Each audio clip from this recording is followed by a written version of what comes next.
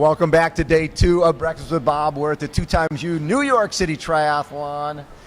And with us, our defending champion and one of our favorite people in the world, Mr. Cam Dye. How you doing, Cam? I'm good, Bob. It's good to be with you. Yeah. Always good to catch up. So how's the family, first of all? Oh, thanks for asking. The family's fantastic. I mean, wife's doing good. Kids are just getting bigger and bigger, and it's a lot of fun. Every day is a little more fun.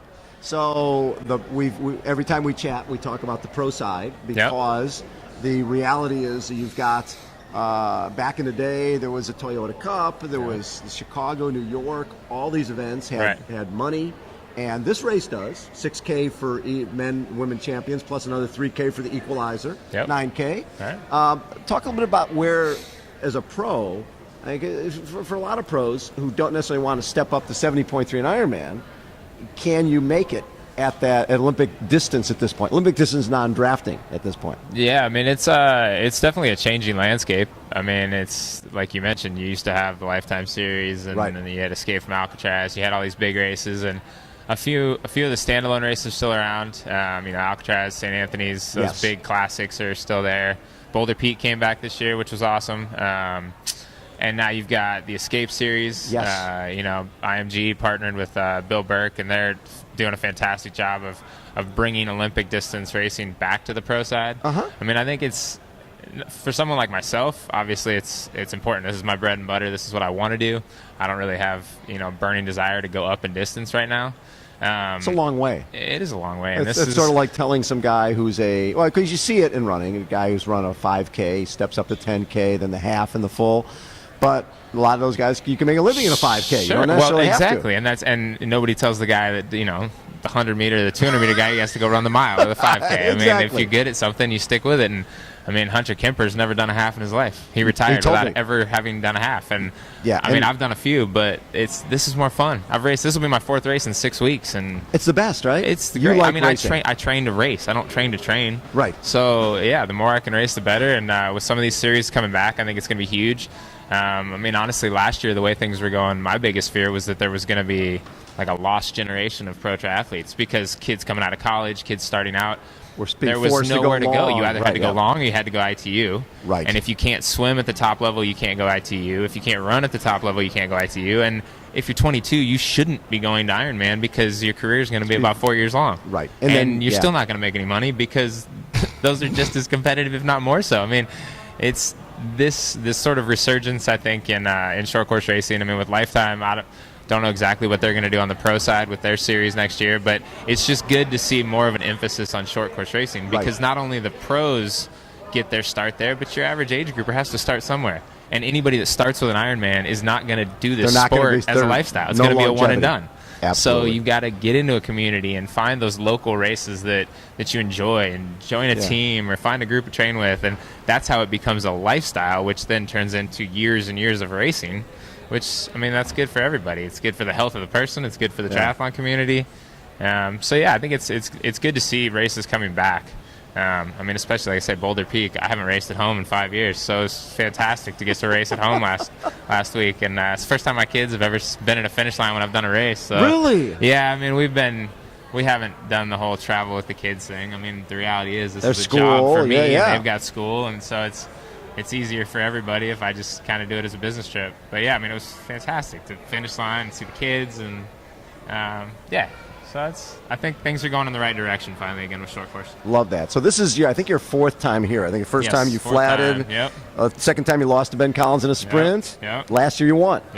And what I like about races that have where all 3 parts are pretty epic, where you've got the swim in the Hudson, the fast swim, the bike ride is a big old wide open closed off highway, and then you're running through Central Park. So each part of this, it's not like they're sort of gerrymandering, going, okay, let's go down this road to try to get to 25 miles. It's really one of those epic courses. You see, I'm guessing you dig this. No, I love this. I mean, this is, you've got this, and you've got Alcatraz and Boulder Peak with Old Stage. I mean, you've got these courses that are iconic for not only where they are. I mean, we're racing in New York City. Like, that's pretty cool in itself. Yes. And they're closing down the Henry Hudson Parkway, or the west side, whatever that highway is. And I mean, we're the only ones out there. It's early in the morning. The whole highway's open. It's a super hard course.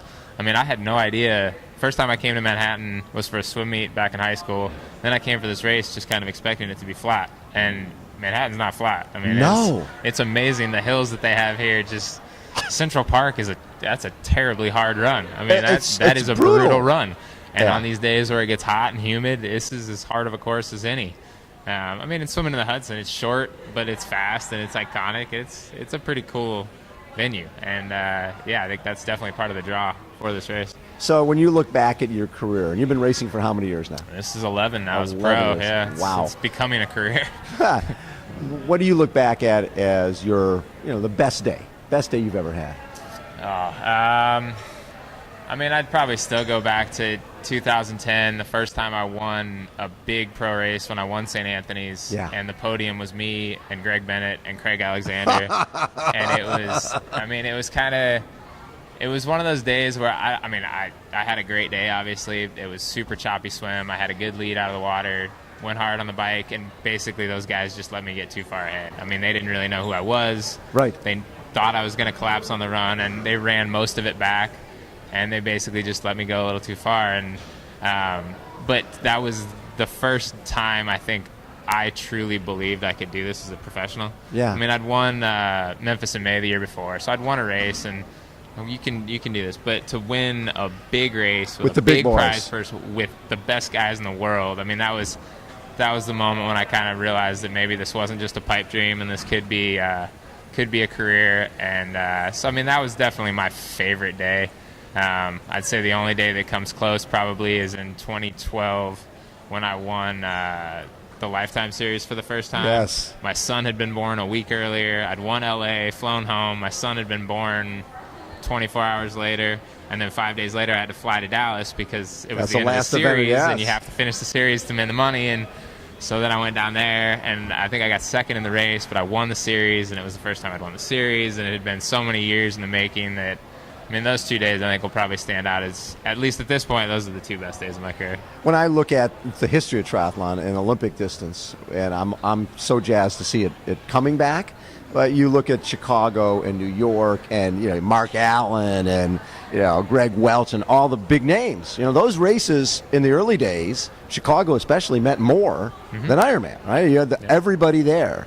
And I mean, my hope is that we get back there again. If you're talking to a race director out there and they're saying, well, what do we really gain by having the pros there? What do we really gain by having a pro field and putting pro money out there? What do you tell them? I mean, I think it's just like any sport, you have to have a top level. There has to be an upper echelon of athletes. You know? I mean, every sport you can think of, there's either a pro division or there's something that people look up to. Yes. And in, say, marathoners, I mean, you have those guys that set the pace, they set the records, and that's what every age grouper judges their time off of.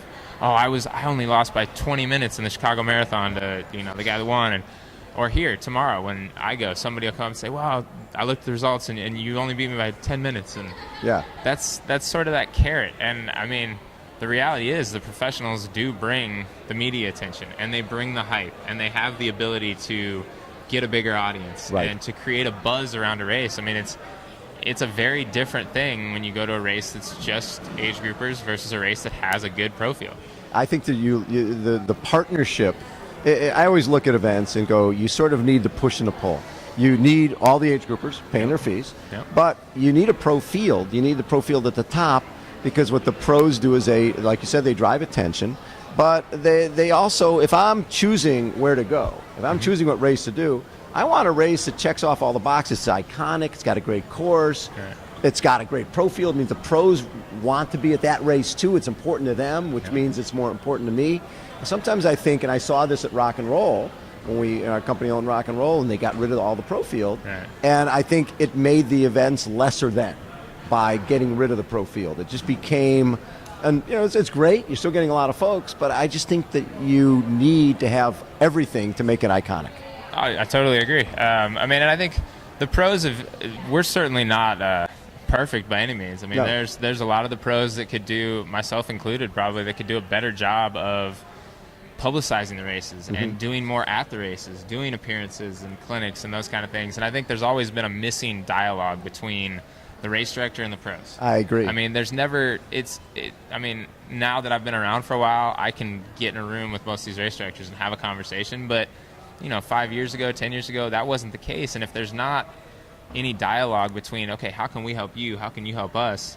Then the race directors are putting up money, and they're sort of begrudgingly putting up the money because they look at it like an expense. Right. When the reality is, it's an investment.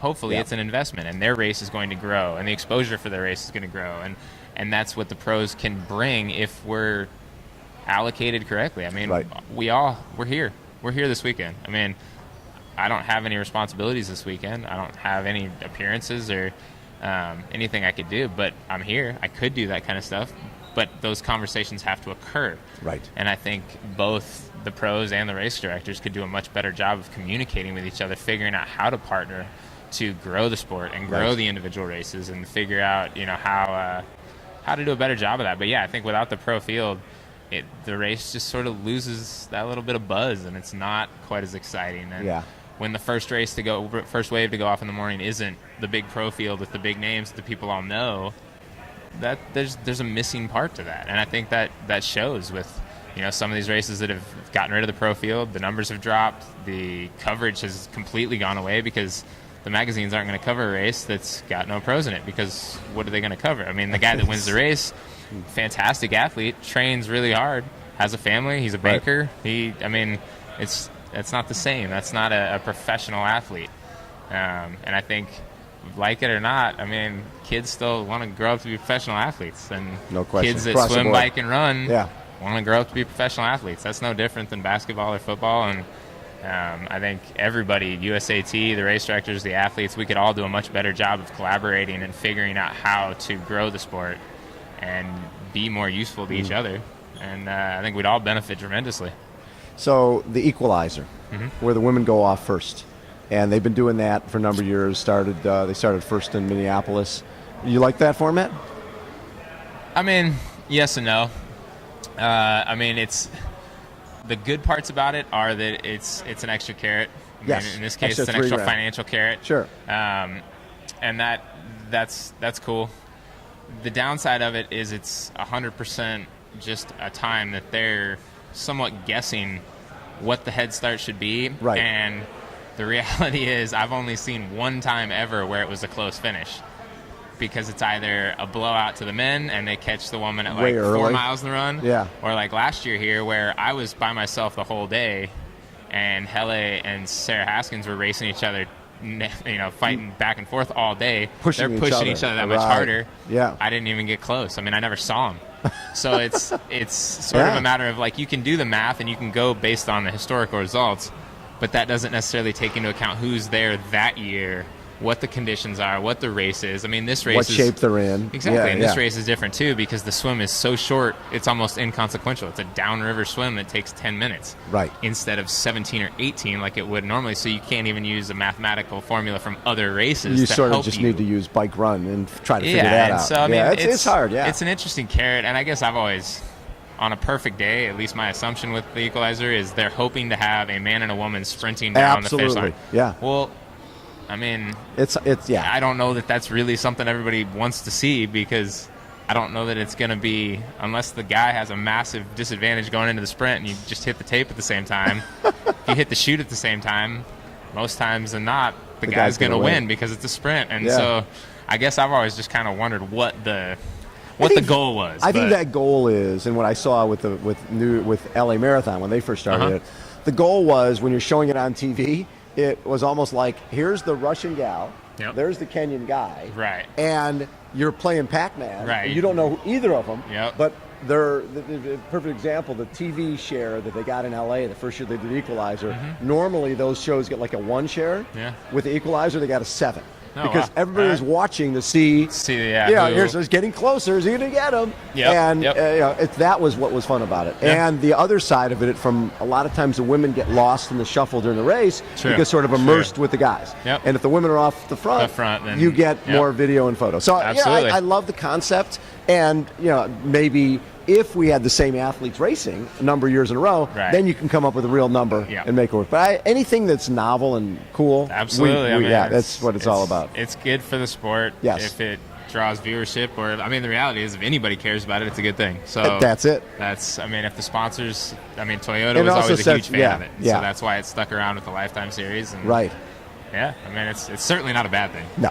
So for you raced in Philly. I mean, in terms of big city races, you seem to like the big city races. Yeah, I mean, it is cool to race in big cities. I mean, logistically, it's not always the easiest. I know. The reality is sort of that's just where the races have been over the years. I mean, you had L.A. and Chicago and New York, yes, and Philly, and yeah. I mean, but it's fun. It's cool to be in a big city, and especially when they close it down like they do here.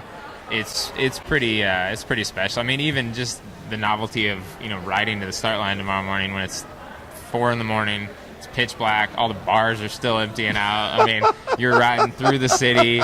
It's dark. It's I mean, it's an interesting thing that most people don't ever get to see. And, yeah, that's pretty fun. I mean, it's the novelty of it doesn't ever wear off. I mean, it's a pretty cool scene. And in Central Park, everybody in the world knows where Central Park is. So to have a finish line in Central Park, that's pretty epic. I mean, it's a pretty cool opportunity. What's the rest of your season look like? Well, since this is, like I said, this is going to be 4 races in the last 6 weeks, so I will be taking a break next week, take sort of a mid-season break, spend some time with the family, drink some extra beers, and then we'll wind it back up for Beijing at the beginning of September, do a couple escape races, and then probably finish the year off at Island House again. So speaking of Island House, it's the best way in the world to end the season. Oh, it's great. I mean, it's phenomenal.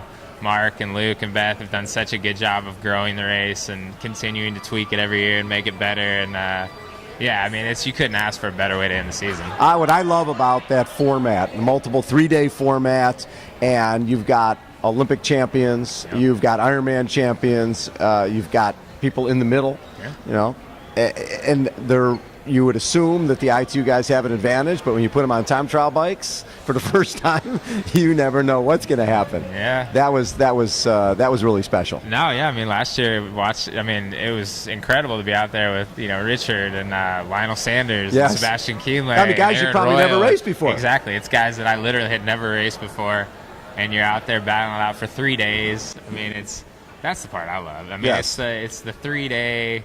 I mean, Super League was the same thing this year, where you get these multi-day formats that are it's a different dynamic, and it's fun. It's just cool to go out there and grind it out for 3 days. It's as close to a stage race as triathlon gets.